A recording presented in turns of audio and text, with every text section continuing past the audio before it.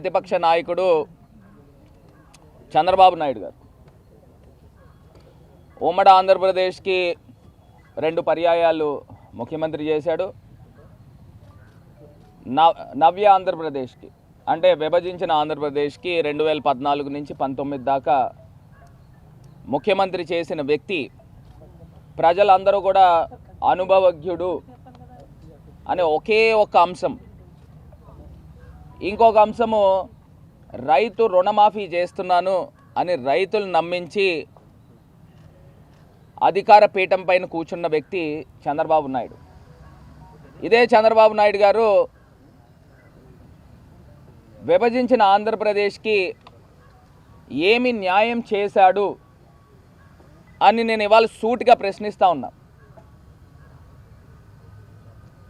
విభజించిన ఆంధ్రప్రదేశ్కి ద్రోహిగా చంద్రబాబు నాయుడు గారు వ్యవహరించారు. ముమ్మాటికి ఇది నిజం నిజం నిజం నిజం. ఎందుచేతనంటే ఆంధ్రప్రదేశ్ విభజించిన తర్వాత, అన్యాయంగా విభజించిన తర్వాత ఈయన ఎన్డీఏ ప్రభుత్వంలో భాగస్వామి అయ్యాడు.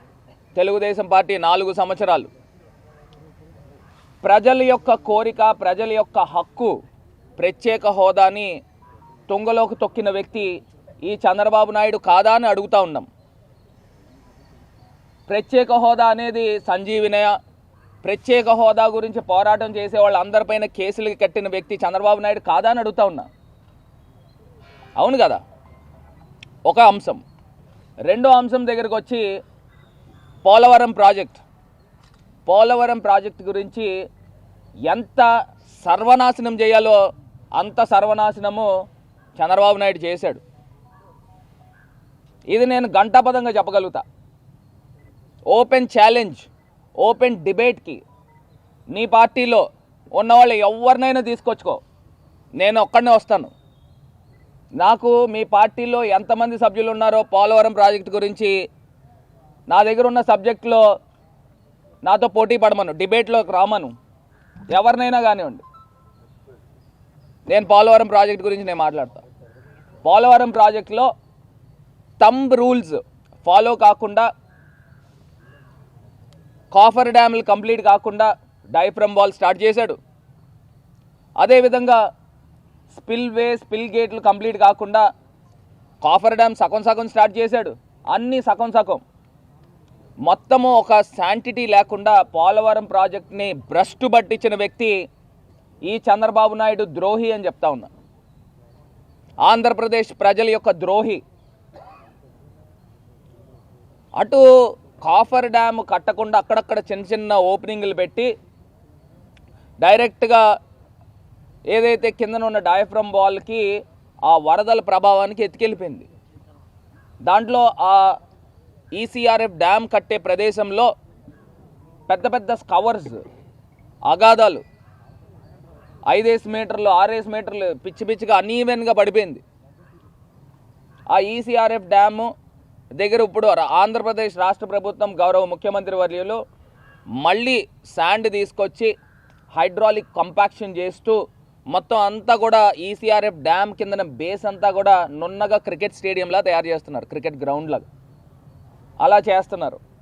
ఇప్పుడు కేంద్ర ప్రభుత్వం నిర్ణయం తీసుకోవాల్సింది, ఇంకొక డయాఫ్రమ్ వాల్ నిర్మాణం చేయాలి, దానిపైన ఈసీఆర్ఎఫ్ డ్యామ్ నిర్మాణం చేయాలి. ఈ చంద్రబాబు నాయుడు ఏం చేశాడని అడుగుతా ఉన్నా. పోలవరం ప్రాజెక్టు ద్రోహి కాదా అని అడుగుతా ఉన్నా. ఆయన భజనలు కొట్టించుకున్నాడు, బస్సులు పెట్టుకుని జయము చంద్రన్నాన్ని తాళాలు కొట్టించుకున్నాడు. నువ్వా నా గురించి మాట్లాడుతున్నావు? నేను వయసులో చిన్నవాడిని కావచ్చు, నేను ఫస్ట్ టైం ఎంపీని కావచ్చు, రాజకీయాలకు కొత్త కావచ్చు, మనం ఎప్పుడు వచ్చామన్నది కాదు పాయింట్. మనం వచ్చిన తర్వాత మనం ఏం చేసామనేదే పాయింట్. ఇవాళ రాజమండ్రిలో నేను ఓపెన్గా ఛాలెంజ్ చేస్తూ ఉన్నా, చిటికలేసి ఛాలెంజ్ చేస్తూ ఉన్నా. మీ ప్రభుత్వంలో మీరు 40 సంవత్సరాలు రాజకీయ ఇండస్ట్రీలో, మాకు మీ వయసు ఉన్నంత ఎక్స్పీరియన్స్ నాకు, మీకున్న ఎక్స్పీరియన్స్లో నా వయసు లేదు. అయినా కానీ మనం ఏం చేస్తూ ఉన్నాం రాజమండ్రిలో? ఇవాళ రాజమండ్రి ప్రజలను టచ్ చేయండి. వాళ్ళ నోట్లోంచి వచ్చే మాటని మీరు వినండి. మీరు చంద్రబాబు నాయుడు గారు సెంట్రల్ జైల్లో 2 నెలలు ఉన్నారు కదా, 2 నెలలు ఉండి కిటికీలోంచి చూసుంటారు. అటు arts college road, central jail road ఒక అద్భుతమైన రోడ్. అది మీరు తెలంగాణలోనే ఉంటున్నారు కదా, హైదరాబాద్లో అలాంటి రోడ్డు చూపించండి, నేను మీకు క్షమాపణ చెప్తా. అలాంటి రోడ్డు మీరు హైదరాబాద్లో చూపించండి. ఇవాళ రాజమండ్రిలో మేం చేసాం, జగనన్న ప్రభుత్వంలో మేం చేసాం. ఆ రోడ్డు గ్రాండ్ ట్రంక్ రోడ్, అక్కడ ఉన్న ఫౌంటైన్స్ చూడండి ఎట్లా తయారు చేసాము. మీరా పుష్కరాలకి 2,000 కోట్లు తెచ్చారు, ఏం చేశారు 2,000 కోట్లు అని అడుగుతా ఉన్నా. 2,000 కోట్లు ఒక 1,000 పక్కన పెట్టి, ఓ 1,000 కోట్లు పక్కన పెట్టి, మిగతా 1,000 కోట్లతో మీరు పైనుంచి కింద దాకా కార్పొరేటర్ల దాకా, వాళ్ళు ఎవరో కమిటీలు ఉన్నాయి కదా, ఆ జన్మభూమి కమిటీల దాకా మొత్తం పందికొక్కుల్లో దోచుకు తిన్నారు. మీరు చేసిన నిర్వాహకం ఇది. రాజమండ్రి పుష్కరాలకి ఏం చేశారండి మీరు? ఏం డెవలప్మెంట్ చేశారు? మేము 400 కోట్లతో ఈ డెవలప్మెంట్ అంతా చేసాం. మీరు సెంట్రల్ జైలు కిటికీలోంచి కనబడి ఉంటుంటుంది కంబాల్ చెరువు పార్క్. నేను ఓపెన్ ఛాలెంజ్ చేస్తున్నా, మీ హయాంలో అలాంటి పార్క్ ఒక్కటైనా మచ్చుకి దాంట్లో కనీసం 50% అయినా ఒక రిక్రియేషన్ స్పాట్ని మీరు తయారు చేశారా? ఆ హైటెక్ బిల్డింగ్ ఒకటి చూపిస్తారు, అది కాకుండా మనం చేసింది ఏమన్నా ఉందా? కంబాల్ చెరువు పార్క్, లూంబిని పార్క్ని తలదన్నే విధంగా హైదరాబాద్లో కంబాల్ చెరువు పార్క్కి మేం చేసాం. మీ హయాంలో ఆ కంబాల్ చెరువు పార్క్ దగ్గరికి వెళ్ళాలంటే ముక్కులు మూసుకుని వెళ్ళేవారు జనాలు. మా హయాంలో 50 రూపాయలు టికెట్ కొనుక్కొని లైన్లో నుంచుని వెళ్తున్నారు. అది మా డెవలప్మెంట్. అది స్వామి. నువ్వేదో నన్ను రీల్స్ రాజా అని చెప్తావు, ఏది రీల్స్ మాస్టర్ అని అంటున్నావు. రీల్స్ మాస్టర్ అని బిరుదిచ్చావుగా, అంటే మాస్టర్ అంటే ఏంటి? టాప్ అని.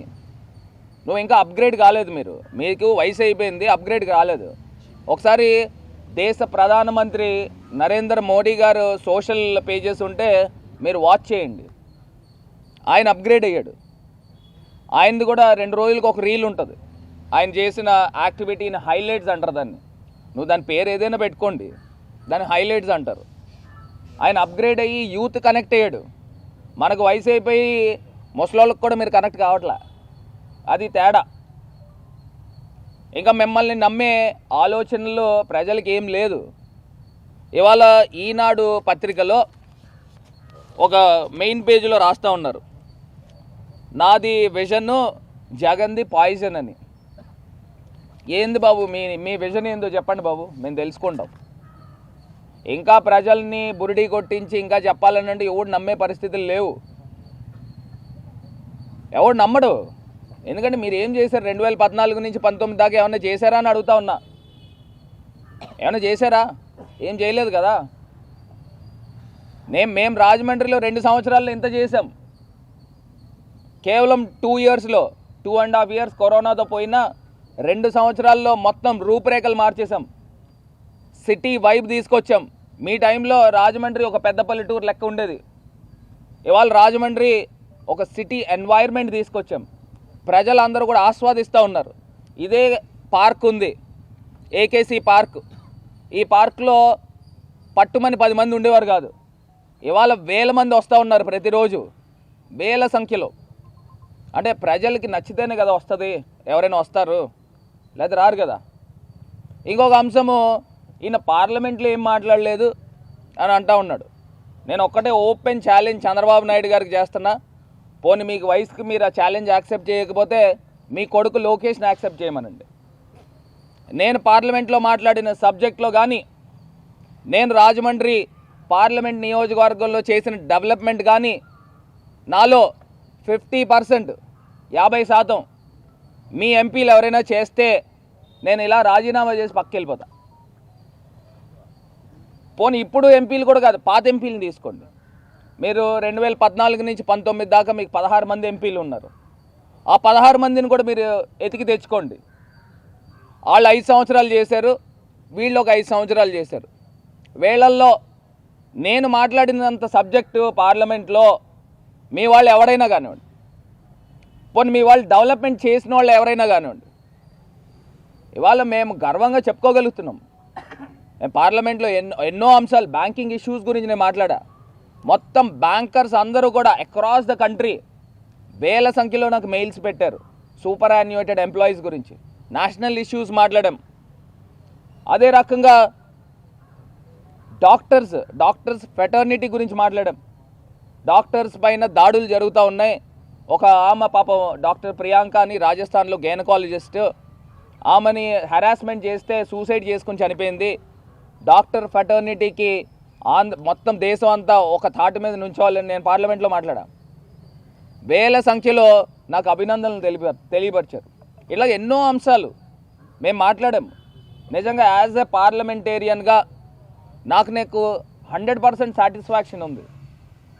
నాకు రాజకీయాలు కొత్త అయినా, నేను ఎంపీకి కొత్త అయినా, ఫాస్ట్ లెర్నర్, త్వరగా నేర్చుకుని ప్రజలకి ఏం ఉపయోగపడుతుందో అన్ని అంశాలు కూడా ముందుకు వెళ్ళాం. నేను ఇవాళ డెలిబరేట్గా మీ తనయుడు లోకేష్ని, మీకు అంత నమ్మకం ఉంది కదా, మీకు ముఖ్యమంత్రి అభ్యర్థి మీ లోకేషే కదా, రాజమండ్రిలో నా పైన గెలవమనండి, నా పైన ఎమ్మెల్యే కింద గెలవమనండి. నేను ఎమ్మెల్యే కింద పోటీ చేస్తున్నా, జగనన్న ఎమ్మెల్యే కింద నన్ను పెట్టబోతా ఉన్నారు. రాజమండ్రిలో మీరు కంచుకోవటని చెప్పుకుంటూ ఉంటారు కదా, రాజమండ్రి మీ లోకేష్ని రాజమండ్రి పంపించండి, మంగళగిరి నుంచి ఇక్కడ పంపించండి.